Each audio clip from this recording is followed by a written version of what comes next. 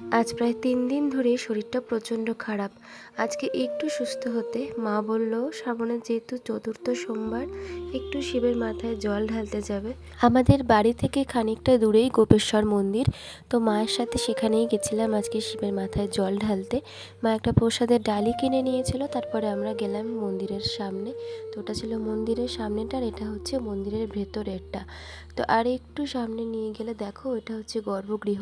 তো সামনে গিয়ে ভিডিও করা যায় না, তাই তোমাদের সাথে শিবলিঙ্গর ভিডিওটা শেয়ার করতে পারলাম না। শিব পুজো দিয়ে কিন্তু অনেকেই কোনো অন্য জাতীয় খাবার খেতে নেই, তাই পুজো দিয়ে ফেরার সময় পরোটা কিনে নিয়ে এসেছিলাম বাড়িতে খাওয়ার জন্য। আমি খেতে বসেছি, শেরু এখানে আমার পাশে এসে বসে আছে। ওকে না দিয়ে তো খাওয়া যাবে না, ওকে একটু হলেও দিতে হবে। যেইভাবে হাত টানাটানি শুরু করেছে ও না নিয়েও ছাড়বে না। ওকে আমরা সবসময় চেষ্টা করি রুটি পরোটা বা কোনো তৈলাক্ত খাবার না খাওয়াতে, কিন্তু এভাবে যখন এসে চাই সত্যি বলছি না দিয়ে থাকতে পারি না।